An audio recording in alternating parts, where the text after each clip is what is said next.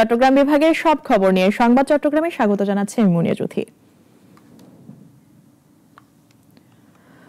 প্রাকৃতিক সৌন্দর্য আর সামাজিক দায়বদ্ধতার বার্তা এমন অনন্য সাজসজ্জায় নজর কেড়েছে চাঁদপুরের দাসপাড়া দুর্গাপূজা মণ্ডপ।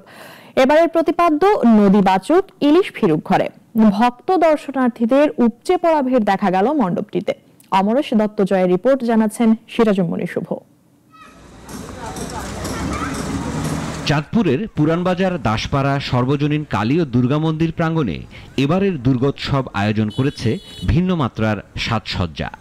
নাম দেওয়া হয়েছে ইলিশের বাড়ি চাঁদপুর। 18% জায়গা জুড়ে ফুটিয়ে তোলা হয়েছে চাঁদপুরের জেলে জীবন। কোথাও মা ইলিশ, কোথাও জাটকা, আবার কোথাও সাম্পান নৌকা কিংবা নদী জাল ক্রেতার ইলিশ কেনা বেচা। চাঁদপুরে অনেকটি পূজা মণ্ডপ দেখছি, কিন্তু এটা আমার থেকে অনেক ব্যতিক্রম লাগছে। অনেক ডিফারেন্ট লেগেছে অন্যান্য থেকে। ইলিশ চত্বর এই চাঁদপুরের ঐতিহ্য ফুটে ধরেছে। এটা সবচেয়ে বেস্ট, মানে যতগুলা পূজা দেখলাম এটাই সবচেয়ে ভালো লাগলো। আয়োজকরা জানান, প্রাকৃতিক বিলুপ্তির পথে থাকা সম্পদ রক্ষার বার্তা দিতেই এই উদ্যোগ। এবারের প্রতিপাদ্য মা আসছে জীবনের বার্তা নিয়ে, নদী বাচুক ইলিশ ফিরুক ঘরে। আমাদের এখানে যারা আসবে তারা খালি মাকেই দর্শন করবে না, এর পিছনে একটা মেসেজ নিয়ে যাবে যে জাটকা আমরা ধরবো না, জাটকা না ধরলে আমরা ইলিশ পরিপূর্ণভাবে খেতে পারবো। এখানে প্রায় 3000 লোক বসবাস করেন, তারা প্রত্যেকেই আমাদের অনেক পরিবারে আছে এই মৎস্যর সাথে সম্পৃক্ত। এই মৎস্যর সাথে সম্পৃক্ত তাদের ধারাবাহিকতায় তুলে ধরার জন্য ইলিশের বাড়ি চাঁদপুর নিয়ে আমরা একটা কাজ করেছি। সাংস্কৃতিক অনুষ্ঠান, আরতি আর ধর্মীয় পর্বে মুখরিত মণ্ডপ প্রাঙ্গণ। ভক্ত দর্শনার্থীর ভিড়ে জমজমাট হয়ে উঠেছে চাঁদপুর। প্রতি বছরে আমরা দুর্গাপূজা উপলক্ষে কিছু থিম নতুন নতুন উপহার দিতে চেষ্টা করি সকল বাংলাদেশবাসীকে, প্লাস সকল প্রবাসী ভাইদের জন্য রইল আমার পক্ষ থেকে শারদীয় শুভেচ্ছা, এবং বাংলাদেশ হিন্দু বৌদ্ধ খ্রিস্টান ঐক্য পরিষদের পক্ষ থেকে জাতি ধর্ম নির্বিশেষে সবার প্রতি রইল আমার শারদীয় শুভেচ্ছা ও আন্তরিক অভিনন্দন। ধর্মীয় আচার অনুষ্ঠানের পাশাপাশি সামাজিক ও সাংস্কৃতিক দিকটি মূল। এভাবেই পূজা হয়ে উঠেছে সর্বজনীন। আধার কেটে আলো আসুক, মানুষ মানুষকে ভালোবাসুক। শারদের ছোঁয়ায় মনের সব আধার কলুষতা দূর হোক, মায়ের কৃপায় জীবন আলোকিত হোক। এই বার্তায় সবাইকে শারদ শুভেচ্ছা জানিয়েছেন আয়োজকরা। সিরাজুম্মনি শুভ, নাগরিক। হিন্দু ধর্মাবলম্বীদের সবচেয়ে বড় ধর্মীয় উৎসব শারদীয় দুর্গাপূজা উপলক্ষে চট্টগ্রামে ব্যাপক নিরাপত্তা ব্যবস্থা নেওয়া হয়েছে। এতে খুশি পূজার আয়োজক এবং পূজারীরা। একে আজাদের রিপোর্টে বিস্তারিত, ক্যামেরায় ছিলেন মোহাম্মদ জালাল। শারদীয়া দুর্গাপূজা উৎসবের আনন্দ যাতে কোনো রকম বিঘ্নিত না হয় সে লক্ষ্যে চট্টগ্রামের র্যাব, পুলিশ, সেনাবাহিনী, নৌবাহিনী এদের সম্মিলিত উদ্যোগে পূজা মণ্ডপগুলোতে নজরদারি ও টহল কার্যক্রম চলছে। নিরাপত্তা নিশ্চিত করতে সড়ক পথেও বাড়ানো হয়েছে বিশেষ নিরাপত্তা। তারই অংশ হিসেবে বাংলাদেশ নৌবাহিনীর পক্ষ থেকেও নেওয়া হয়েছে প্রয়োজনীয় প্রস্তুতি। শুধু শহরের নয়, নৌবাহিনী তাদের দায়িত্ব পালন করছে উপকূলীয় অঞ্চলেও। প্রয়োজনীয় যে কোনো পরিস্থিতিতে জরুরি অভিযান চালাতে নৌবাহিনীর বিশেষ টিম প্রস্তুত। শান্তিপূর্ণভাবে আমাদের এই প্রাণের উৎসব উদযাপন করতে পারেন সেজন্য নৌবাহিনী সর্বত প্রস্তুতি গ্রহণ করেছে।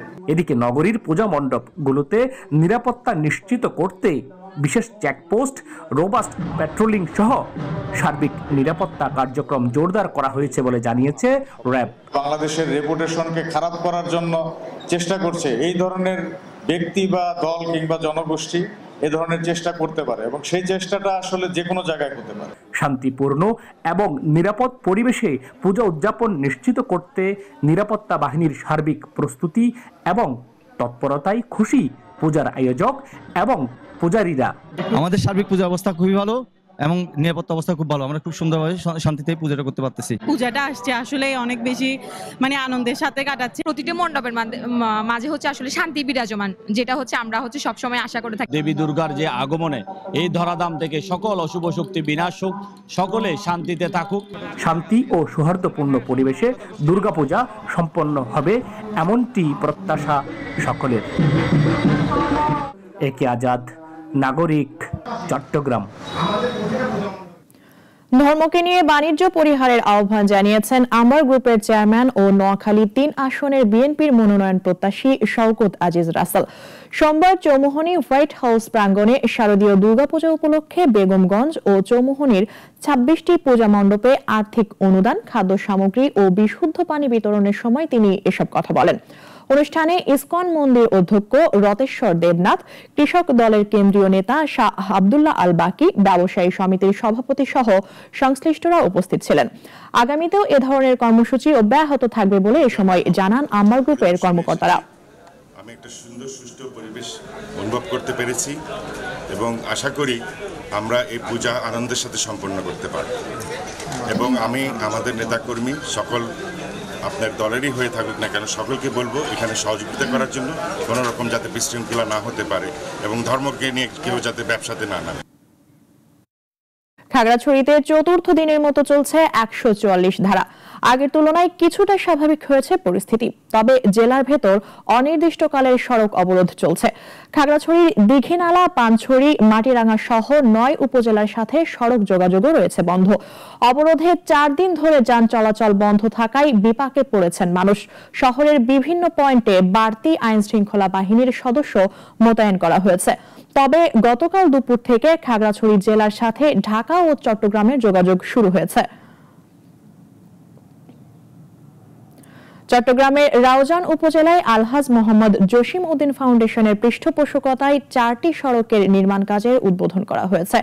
নোয়াপাড়া কাপ্তাই সড়ক সংলগ্ন ৭.৫ কিলোমিটার দৈর্ঘ্যের এই সড়কগুলো নির্মাণে মোট ব্যয় হবে প্রায় ৪০ কোটি টাকা। এ উপলক্ষে আয়োজিত উদ্বোধনী অনুষ্ঠানে উপস্থিত ছিলেন ফাউন্ডেশনের পরিচালক ব্যবসায়ী মোহাম্মদ রফিক, ফাউন্ডেশনের প্রতিষ্ঠাতা জসিম উদ্দিন, মোহাম্মদ ইয়াসিন, নোয়াপাড়া উচ্চ বিদ্যালয়ের প্রধান শিক্ষক মোহাম্মদ হাবিবুল্লাহ সহ স্থানীয় গণ্যমান্য ব্যক্তিরা। প্রকল্পটি রাউজানবাসীর চলাচল সহজতর করবে এবং এলাকার উন্নয়নে গুরুত্বপূর্ণ ভূমিকা রাখবে বলে জানান বক্তারা। স্থিতিশীল ও নির্বাচিত সরকার গঠন করতে না পারলে চলমান রাজনৈতিক ও অর্থনৈতিক সংকট দূর করা সম্ভব নয়, বলছেন জাতীয় সমাজতান্ত্রিক দল জেএসডির সিনিয়র সহসভাপতি তানিয়া রব। সোমবার লক্ষ্মীপুরের রামগতিতে আলেকজান্ডার সরকারি মডেল পাইলট উচ্চ বিদ্যালয় প্রাঙ্গণে জাতীয় যুব পরিষদের ৪০তম প্রতিষ্ঠাবার্ষিকীর আলোচনা সভায় প্রধান অতিথির বক্তব্যে তিনি এসব কথা বলেন। পিয়ার পদ্ধতি ভালো হলেও এটি আমাদের দেশের জন্য নতুন। এখন এই পদ্ধতির নামে সময়ক্ষেপণ হচ্ছে। সভায় বিশেষ অতিথি ছিলেন জেএসডির যুগ্ম সাধারণ সম্পাদক অ্যাডভোকেট সৈয়দ বেলায়েত হোসেন বেলাল এবং এ সময় বক্তারা রাজনৈতিক স্থিতিশীলতা, যুব সমাজের অধিকার এবং গণতান্ত্রিক আন্দোলনের গুরুত্ব তুলে ধরেন। যারা আইন তৈরি করবে সেই সংসদ বিদ্যমান ব্যবস্থাপনায় হবে। যেহেতু আমরা এক্সপার্টদেরকে নিয়ে উচ্চকক্ষ করতে চাচ্ছি, সেখানে আমরা বলেছি পিয়ার পদ্ধতি, কারণ পিয়ার পদ্ধতিটা নতুন, সেখানে আমরা নিম্নকক্ষে কখনোই আমরা পিয়ার চাইনি। আমরা কিন্তু একটি স্থিতিশীল সরকার যদি, নির্বাচিত সরকার যদি গঠন করতে না পারি, তাহলে আমাদের এই মুহূর্তে বাংলাদেশের যে চলমান সংকটগুলো সেগুলো কিন্তু দূর করা যাবে না। নোয়াখালীতে বর্ণাঢ্য আয়োজনে পালিত হলো জিয়া মঞ্চের ৩২তম প্রতিষ্ঠাবার্ষিকী। সোমবার জিয়া মঞ্চ নোয়াখালী জেলা শাখার উদ্যোগে র্যালি বের হয়। পরে নোয়াখালী ৪ আসনের সাবেক সাংসদ মোহাম্মদ শাহজাহানের বাসভবনে হয় আলোচনা সভা। জেলা জিয়া মঞ্চের সভাপতি মনিরুল ইসলাম মনিরের সভাপতিত্বে এ সময় বক্তব্য রাখেন জেলা বিএনপির সাবেক সাধারণ সম্পাদক অ্যাডভোকেট আব্দুর রহমান, জিয়া মঞ্চ কেন্দ্রীয় সহসভাপতি এম.এ. কালাম সহ বিএনপির অঙ্গ সংগঠনের নেতারা উপস্থিত ছিলেন। শেষে প্রতিষ্ঠাবার্ষিকীর কেকও কাটা হয়। ফেনীতে প্রতিটি হৃদস্পন্দনই জীবন, এই প্রতিপাদ্যকে সামনে রেখে বিশ্ব হার্ট দিবস উপলক্ষে ফ্রি হার্ট ক্যাম্প অনুষ্ঠিত হয়েছে। সোমবার শহরের কেন্দ্রীয় শহীদ মিনারে ফেনী ন্যাশনাল হার্ট ফাউন্ডেশনের আয়োজনে দিনব্যাপী এ কর্মসূচির উদ্বোধন করেন জেলা প্রশাসক সাইফুল ইসলাম।